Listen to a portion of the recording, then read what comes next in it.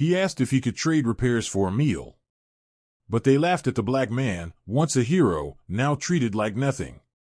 And yet, what if the man they mocked was about to reveal a truth that would shake the entire garage? Luis jeered, "This isn't a soup line, Granddad," while the stranger's torn clothes and unkempt hair made him look weak. But his eyes locked on the silver Corvette that had sat untouched for 3 days. Frank didn't even look up from his clipboard. "Benny, call security, these drifters are always begging." But then the man spoke, calm and commanding. "I'm not asking for money, I'm asking for work. I'll fix the car for a meal." The garage roared with laughter. Luis almost dropped his wrench. And yet only Maya noticed the precision in the way he steadied the engine. "What's wrong with the car?" he asked, ignoring the mockery that filled the room. Frank snapped back, "The problem is you, standing here like you belong." Still, the man tilted his head, listening as Benny fired the engine once more. "Direct injection, fuel pressure sender is failing. It's not mechanical, it's electronic." All of a sudden, silence fell, heavy and sharp.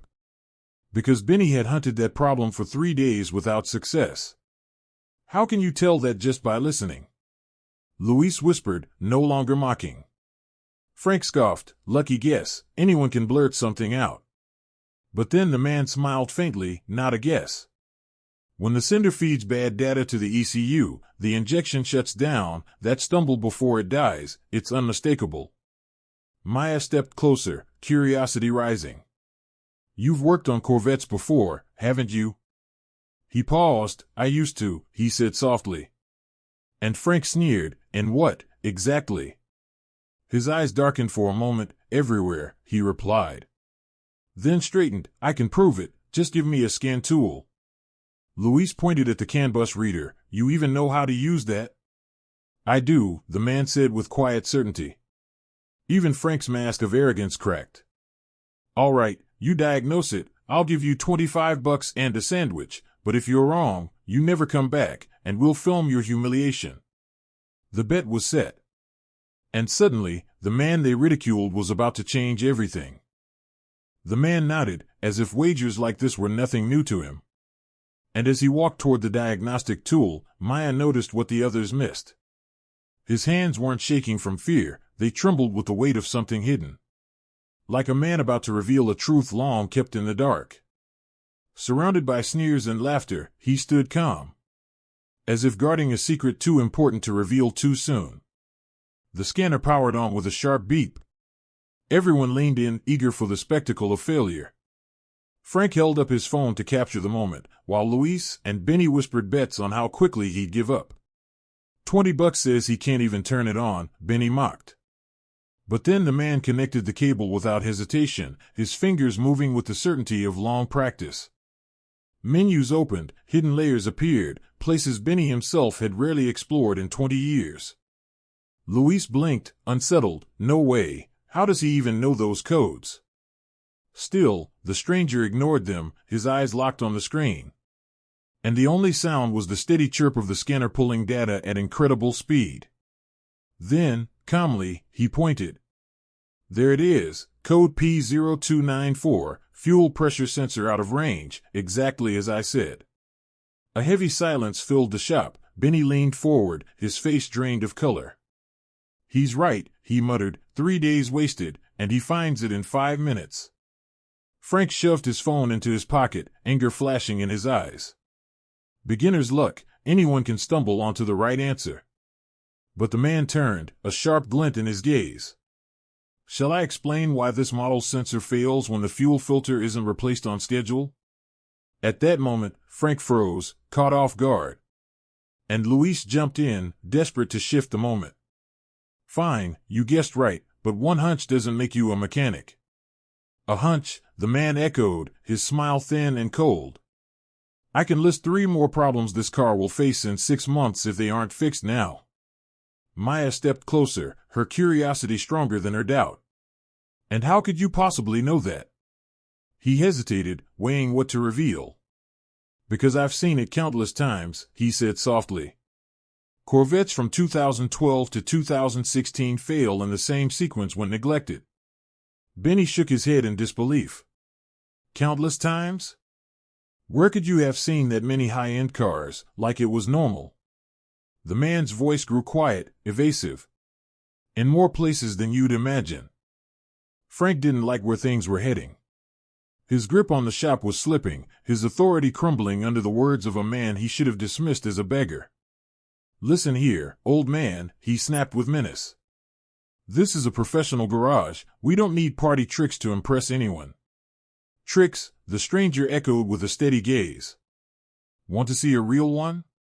And suddenly, before anyone could stop him, he crossed to a black SUV gathering dust for weeks. That one, you told the client it needed a new engine, didn't you? Frank froze. He had said exactly that. But how could this man possibly know? The issue isn't the engine, the stranger continued. It's the high-pressure fuel pump, a $1,200 repair. You quoted 15 grand. Luis swallowed hard, his face draining. How can you know that? Just by looking.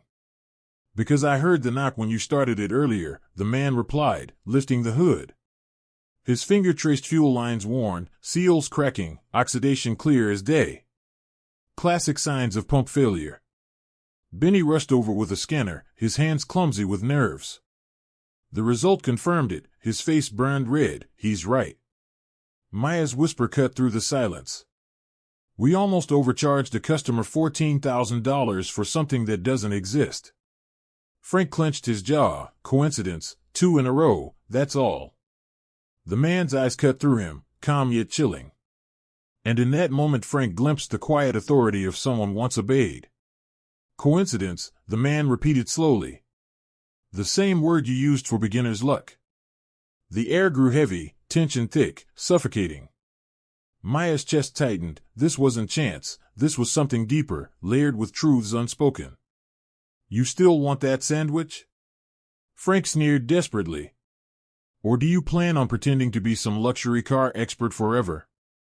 The man stayed silent, seconds dragging like hours. When he finally spoke, his voice was soft, and it froze the room.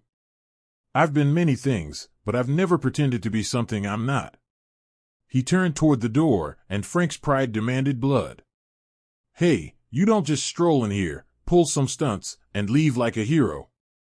The man paused at the threshold, shoulders tense. Heroes don't exist, he murmured. There are only people who've lost everything, and still try to help. And then he stepped out, leaving a silence heavier than any insult. Maya rushed to the window. She saw him shuffle down the street, hands buried deep in his pockets, shoulders bent under an invisible weight. He stopped in front of a faded flyer taped to a lamppost, a missing child long ignored. And she couldn't see the tears sliding down his cheek. Couldn't see the moment he recognized those innocent eyes. The same eyes his daughter had before that storm-soaked night 15 years ago. Every perfect diagnosis. Every humiliation endured. Every night on the streets.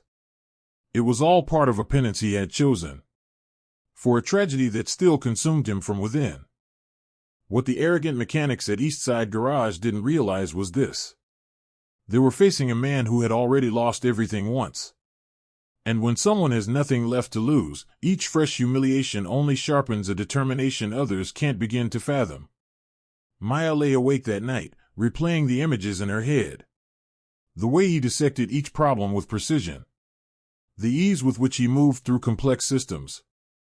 The confidence that came not from guessing but from knowing.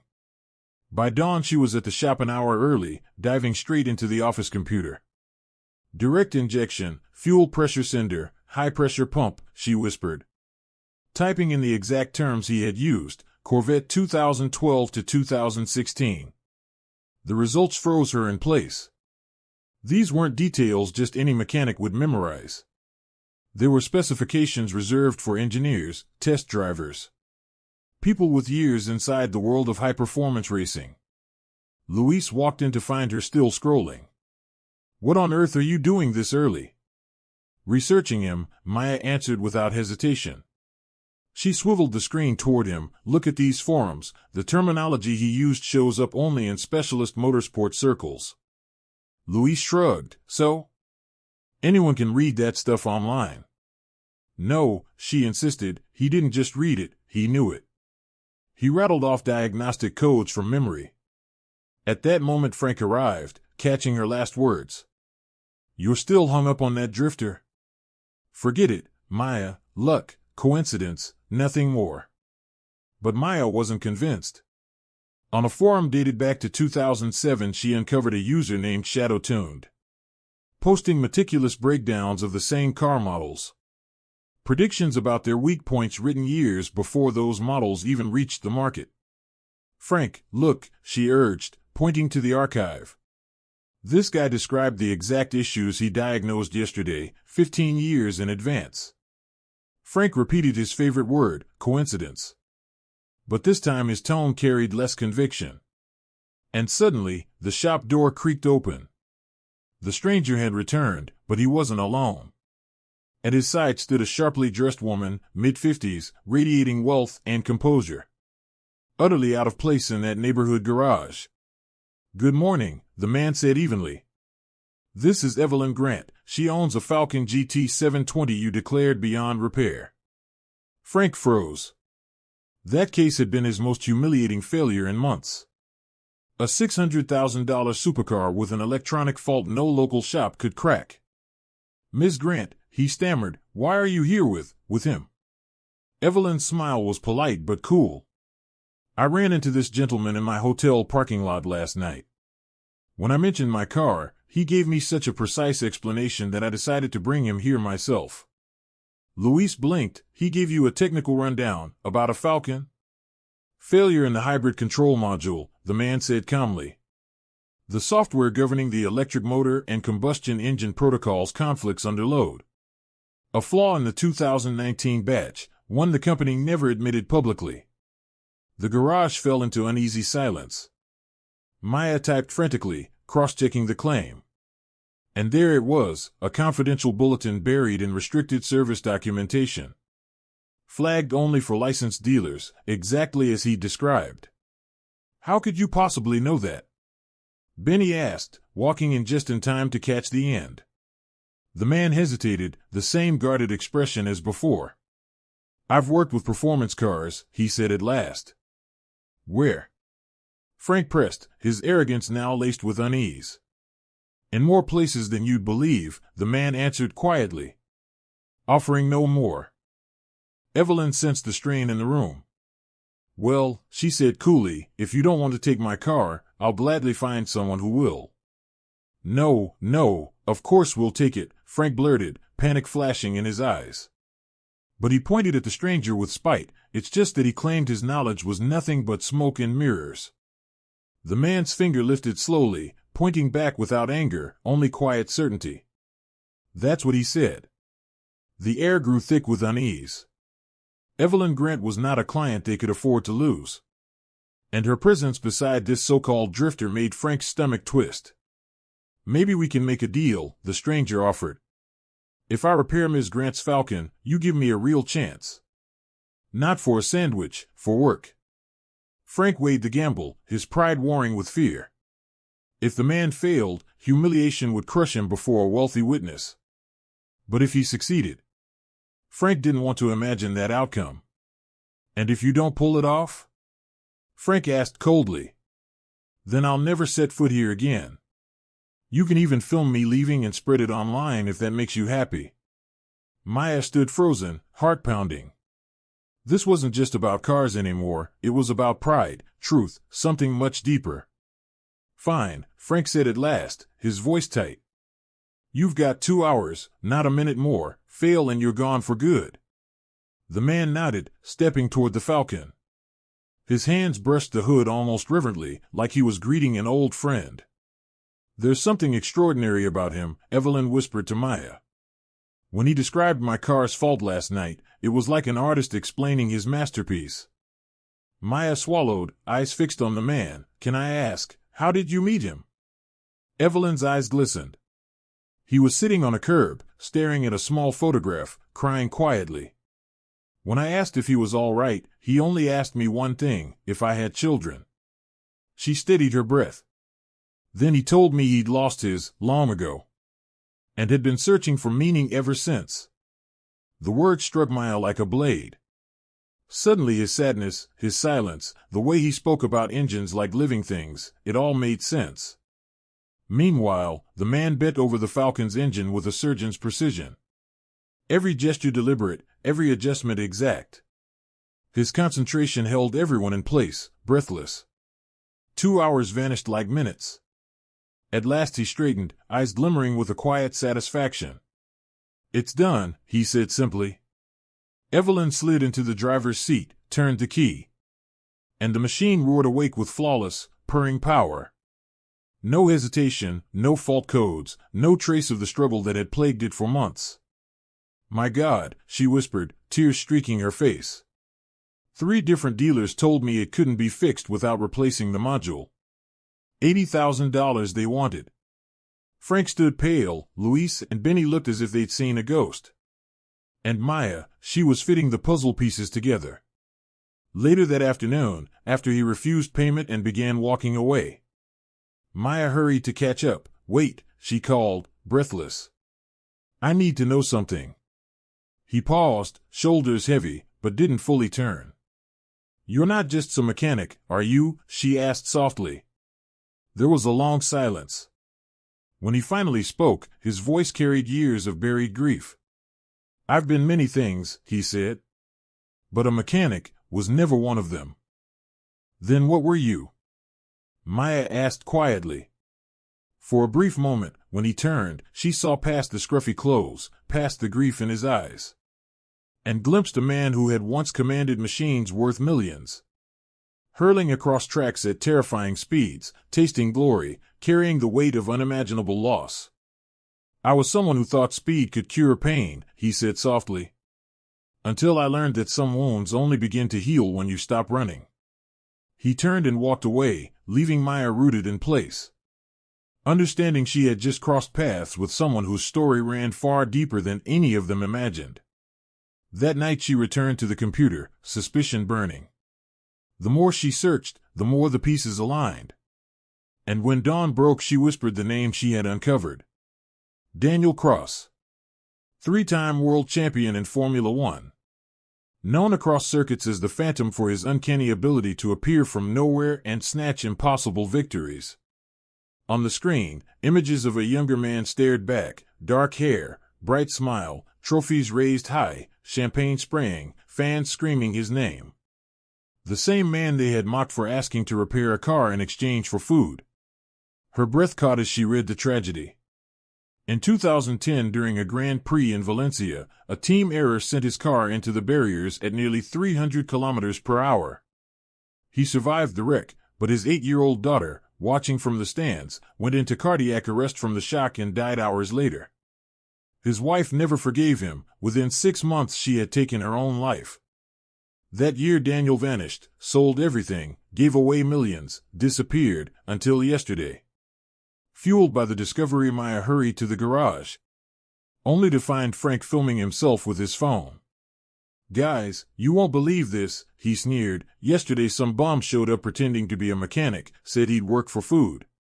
Benny and Luis laughed behind him, mimicking the man's voice and gestures. "The best part?" Frank mocked. He fiddled with a scanner, thought he was some luxury car expert. "I'm posting this, it's gonna go viral." Maya's blood boiled. "Frank, you can't post that." "Why not?" he scoffed. "It's free content. Homeless guy pretends to be a mechanic. People will eat it up." "No," Maya said, her voice like steel. "People will eat you alive, because you're about to prove yourself the biggest fool on the internet." Frank frowned. "What the hell are you talking about?" Maya flipped open her laptop and spun the screen. "Everyone, meet Daniel the Phantom Cross, 3-time Formula One world champion, 23 Grand Prix victories, regarded as one of the most gifted drivers in the history of motorsport." The room froze, silence pressed heavy. Frank stared at the photos, then at Maya, then back again. His mouth moved but no words came. That can't be," Luis stammered. "The guy was begging for food." "That guy," Maya said firmly, "lost his entire world in a single year. He's been on the streets ever since. And yesterday you laughed at him, a legend, because he didn't look like one anymore." Benny stepped closer, eyes locked on the screen. God, it really is him. I had posters of him all over my wall when I was a kid. Frank's face drained of color, but why didn't he say anything? Why hide who he was? Maya shut the laptop with finality. Because men like Daniel Cross don't need to prove themselves to men like you. Just then, the shop door swung open. Daniel walked in, flanked by Evelyn Grant and three other impeccably dressed figures. His voice steady, almost serene. "Good morning. I brought a few acquaintances who wanted to take a look around." Frank's throat tightened as recognition struck. Among them stood Richard Hale, CEO of Hale Automotive Group, the largest luxury dealership chain on the East Coast. "Mr. Cross," Hale greeted with respect.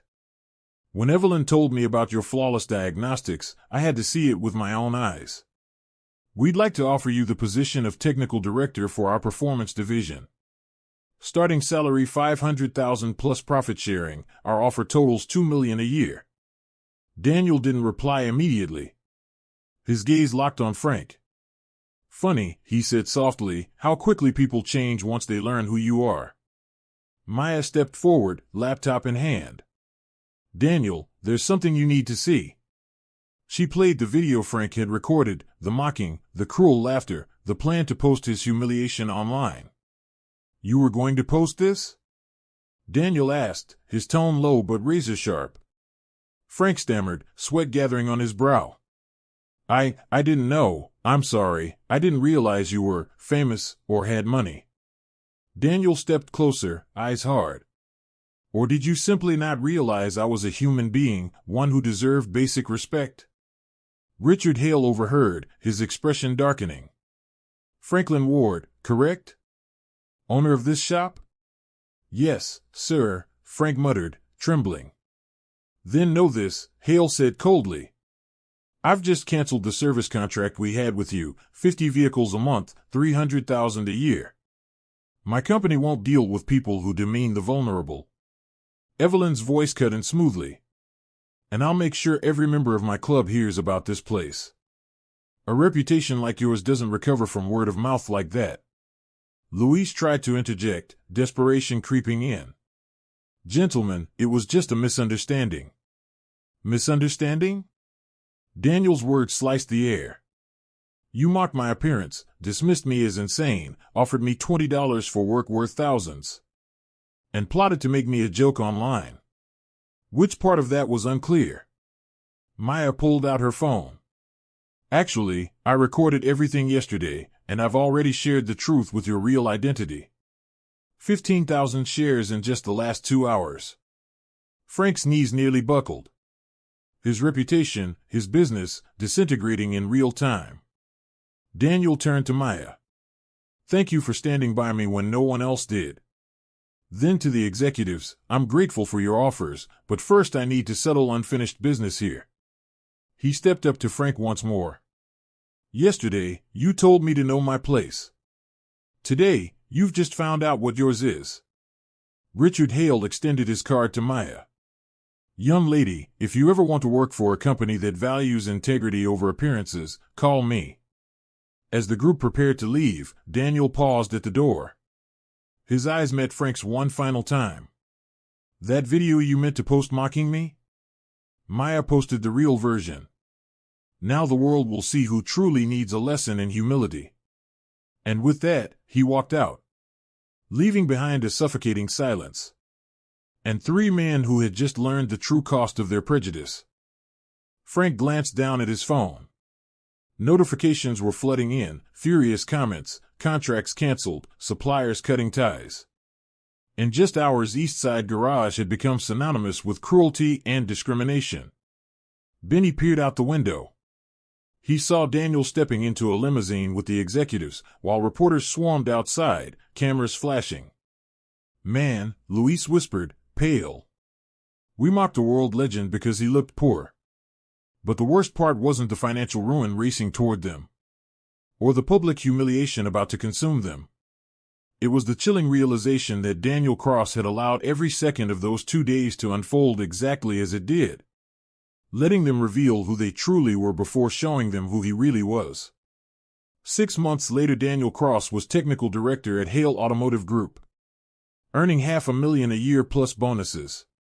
His journey from greatness to despair and back to redemption became the subject of a hit documentary that inspired millions worldwide.